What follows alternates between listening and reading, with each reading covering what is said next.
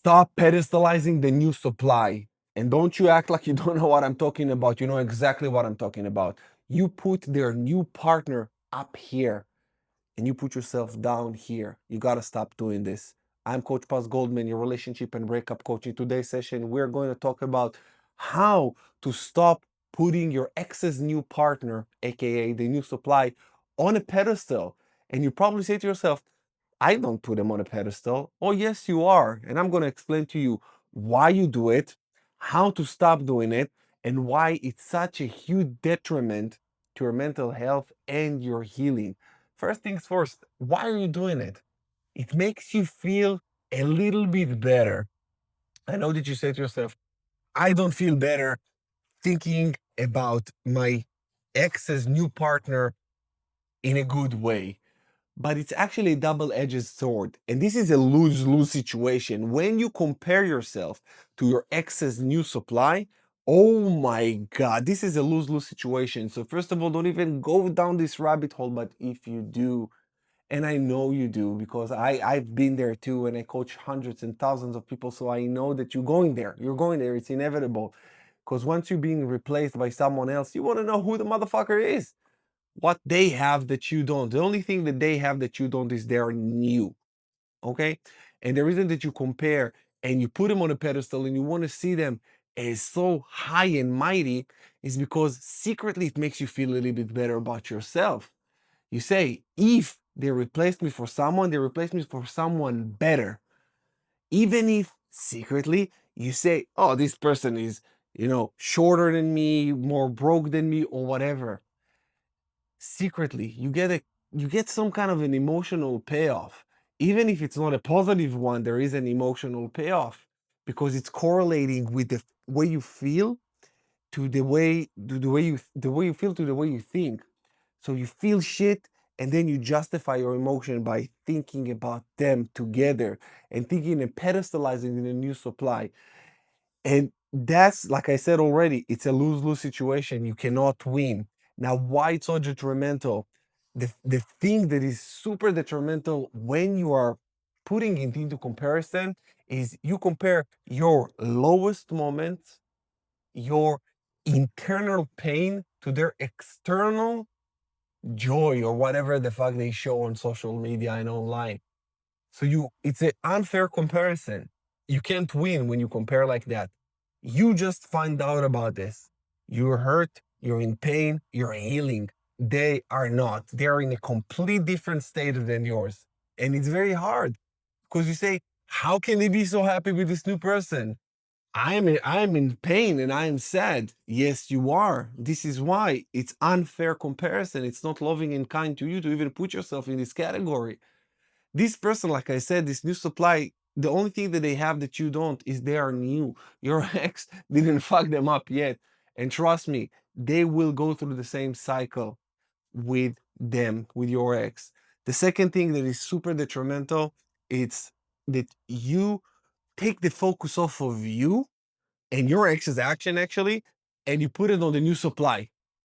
So you don't take their energy, you don't take the time to reflect, to see, where am I?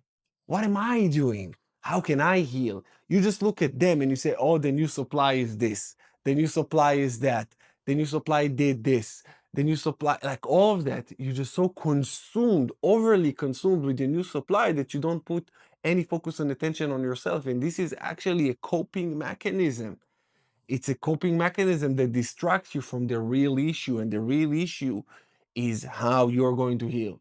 It's not about your ex. It's not about the new supply. Let's say your ex died and the new supply died with them. Car accident, both of them are gone. I know this is what you really want to happen, but let's not wish anything bad upon nobody. I'm just giving an example here. Let's say it happened. Now, how are you going to progress with your life? How are you going to move on? How are you going to heal, to grow? This is not about them. This is really not about them. And you got to stop pedestalizing the new supply and think that this person is better than you, got something that you don't. Like I said, the only thing they have is that they're new. That is all there is to it. And if they have character traits or if they have things, material possessions that you don't have, so just get them. And if you don't have the means to do it, Work on yourself to get them. And jealousy and envy, these emotions actually are there to show you what secretly you want deep inside in your heart.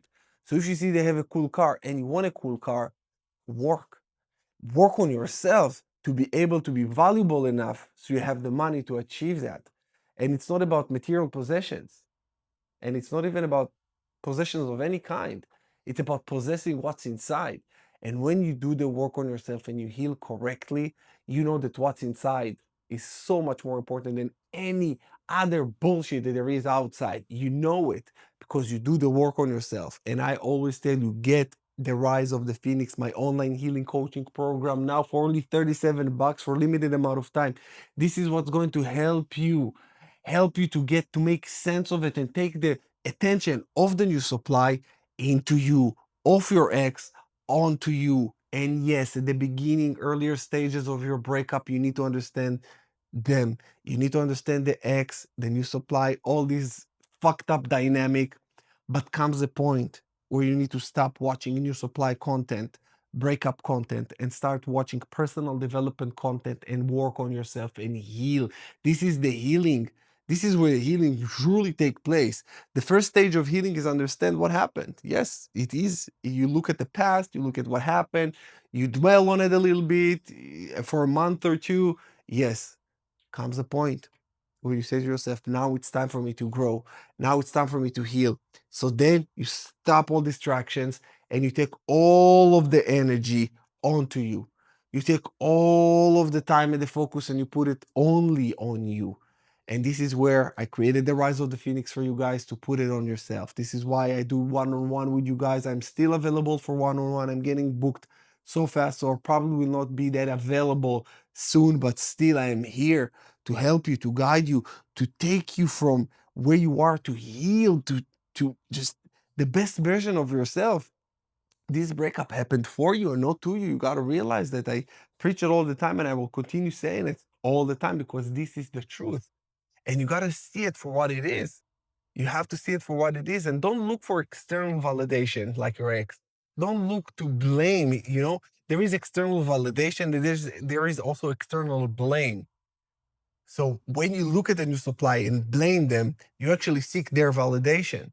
When you say, because of this person, the new supply, this person, your ex, left you. So who is in control of your life now? The new supply. And when you blame your ex, who's control over your life? Your ex. Whatever you blame, it takes the power of your hands and you actually put it in their hands. So next time you blame or think about somebody else, just say it to yourself, even out loud. Say, I give you, I give you the power to control my life. And let me tell you a quick little story. The other day I was driving here and I took a right turn and another car just drove into my lane. I was really pissed. And I used to have road rage back like 5 years ago. I wanted to flip him off. I wanted to roll down my window. I wanted actually to exit the car and beat the shit out of this person because I was dangerous. And I had my dogs with me and I felt like something could have happened. I was really upset.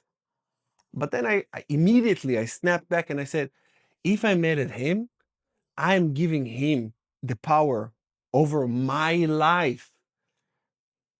Why? He did something stupid. Why would I suffer the consequences? The same thing, your ex did something stupid. Why would you suffer the consequences? And of course, and I gave an example multiple times about monkey branching or rebounding and all these new supply bullshit.